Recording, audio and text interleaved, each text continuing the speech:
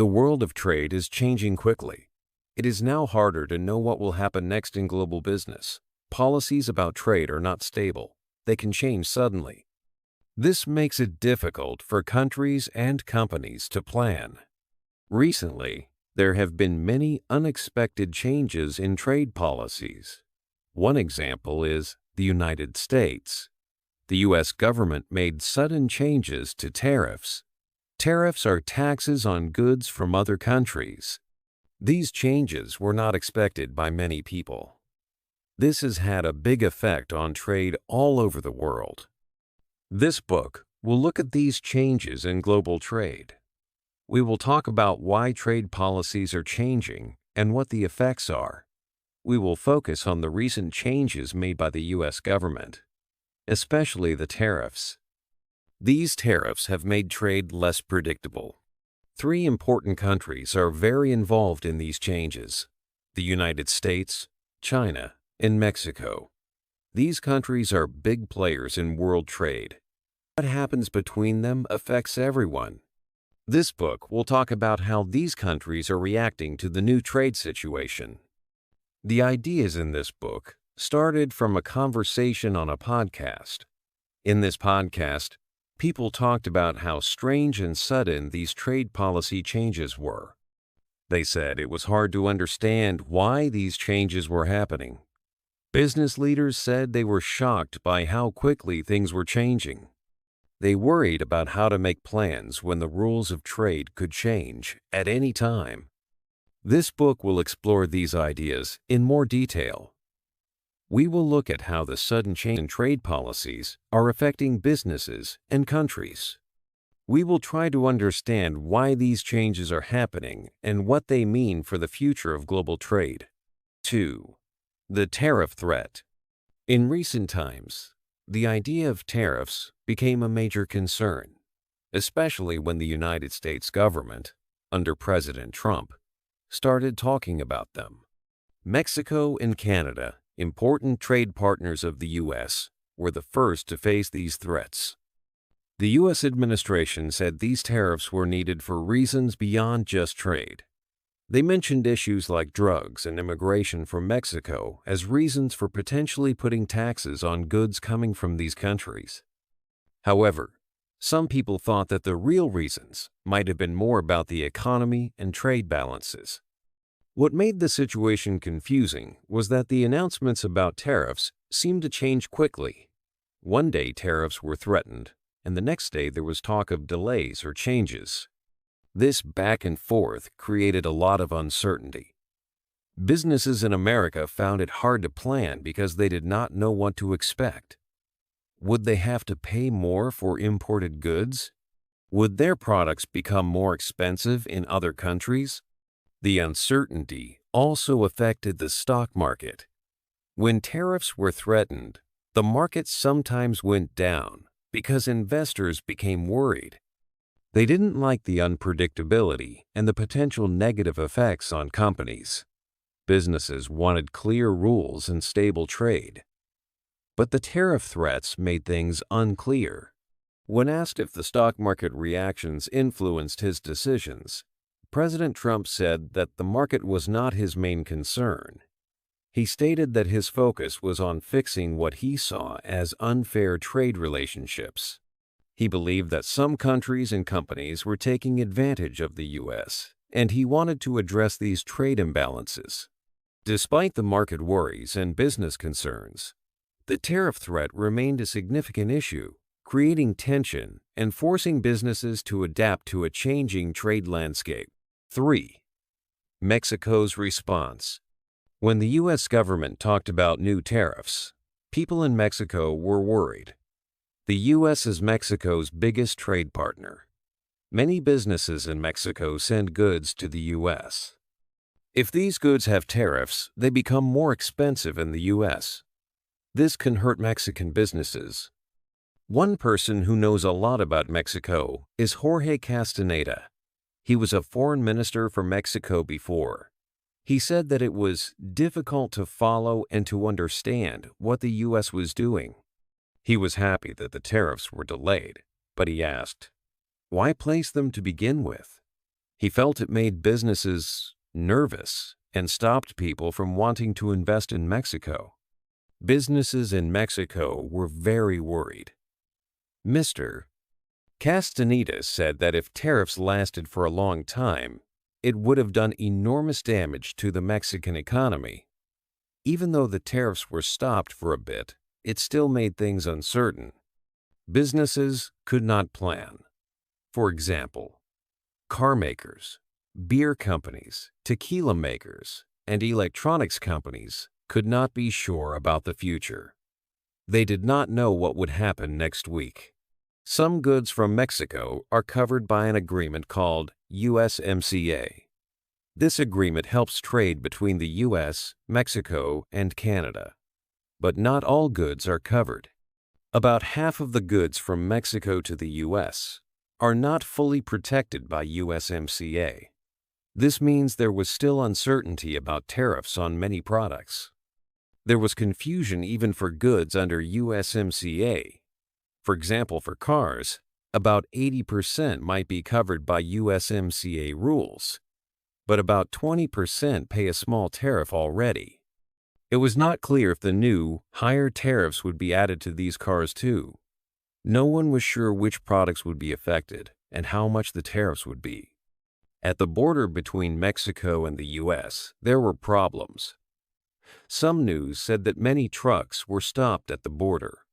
This was because people did not know how to cross into the US with their goods because of the tariff confusion. The US president said the tariffs were about different problems, like drugs and immigration. He also talked about trade and money. But Mr. Castaneda said that nobody knows which of these factors is the most important one at any given time.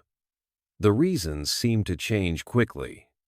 If Mr. Castaneda was still foreign minister, he said he would wait things out and take it easy. He would not react to every announcement from the U.S. Instead, he would try to talk to the U.S. president directly to understand what he really wanted. Sylvia Filon runs a mezcal business in Mexico. Mezcal is a type of alcohol made in Mexico. She exports mezcal to the U.S. She said that the people who make mezcal and the people who import it were really nervous. The U.S. is a very important market for mezcal. She said, "We can't plan ahead because everything's changing so fast. If tariffs were put on mezcal, it would definitely affect the producers, the rural farmers in Mexico. Because of the uncertainty, importers did not want to buy much mezcal, and producers did not know how much to make. Everyone was nervous and hoped the tariffs would go away. Even though some tariffs were delayed, the situation was still difficult for Mexico. Businesses faced a lot of uncertainty and found it hard to make plans for the future." 4. A personal impact. The discussions about tariffs and trade policies can seem abstract, focused on large economies and international relations.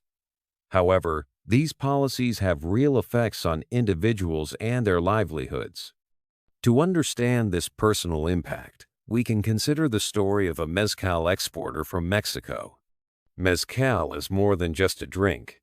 It is a spirit deeply connected to Mexican culture. It is produced in a traditional way by maestro mezcaleros, who are often rural farmers. These families have been making mezcal for many generations, passing down their knowledge and techniques. For them, mezcal production is not just a business, but a way of life and a cultural heritage. The United States is a significant market for mezcal, being the largest consumer outside of Mexico. The threat of tariffs created a great deal of worry for people involved in the mezcal industry.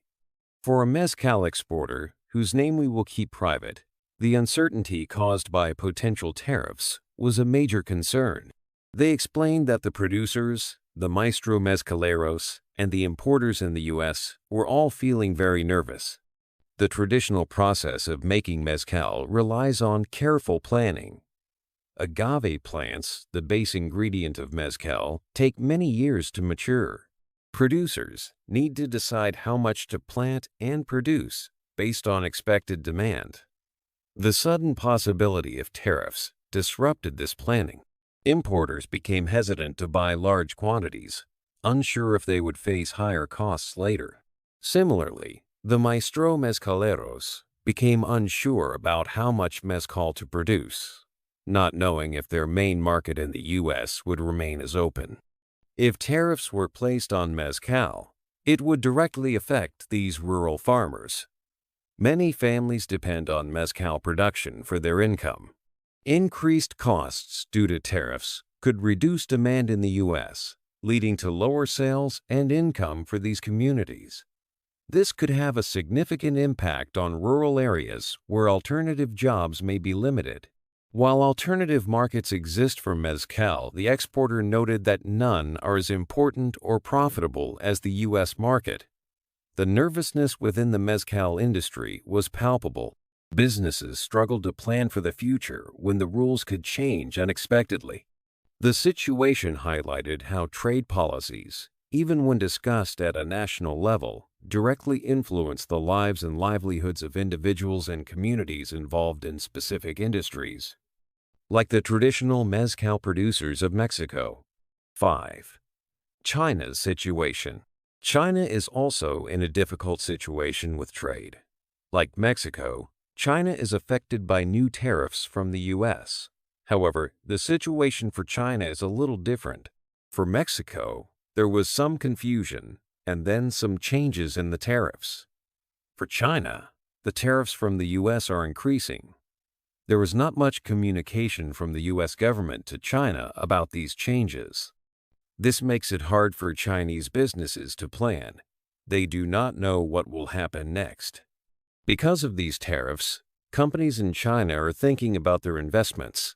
They may want to invest in the U.S., but it is risky now. It is difficult to build factories and make plans when things change so quickly. This situation also creates risks for global trade. Companies are now talking about de-risking. This means they want to reduce risks in their supply chains. Chinese companies might decide to sell their products in other countries, not the U.S. They might also produce goods in other places. China's economy has some problems too. Many young people in China cannot find jobs. This is called youth unemployment. The Chinese government wants to help the economy. They are planning to spend more money to support growth. This is like a stimulus to help the economy. Even with government help, it is still a difficult time for the Chinese economy. There are many challenges. The tariffs from the U.S. add to these problems. Chinese companies are facing uncertainty and need to make new plans for the future in this changing global trade environment. The focus is now on managing risks and finding new ways to grow their economy. 6. Defense spending.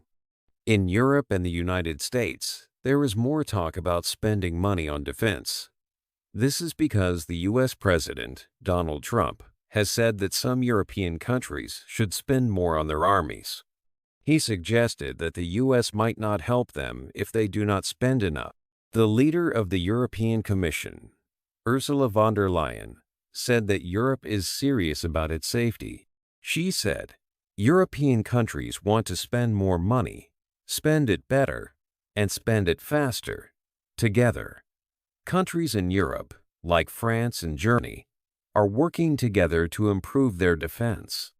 China also spends money on its defense. A reporter said that China's official defense spending is about 1.2% of its economy. This is like Spain. However, some people in the U.S. military think China spends more than this. They believe it could be double the official amount.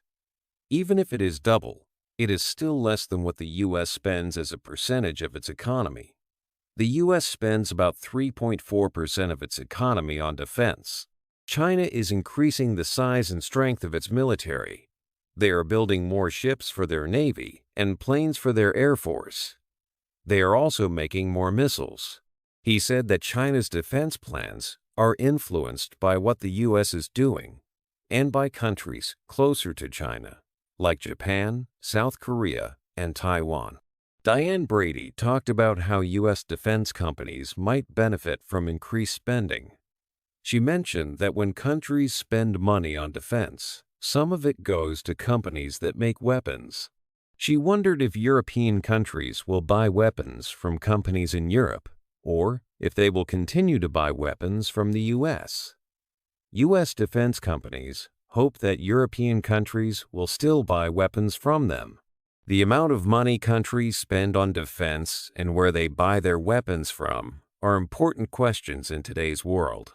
7. Changing times. Life is changing very quickly. Many things we did in the past are different now. One example is sending letters. People used to write letters to each other a lot. They would send letters to friends and family far away. But now, many people do not write letters anymore. In Denmark, the postal service will stop delivering letters regularly.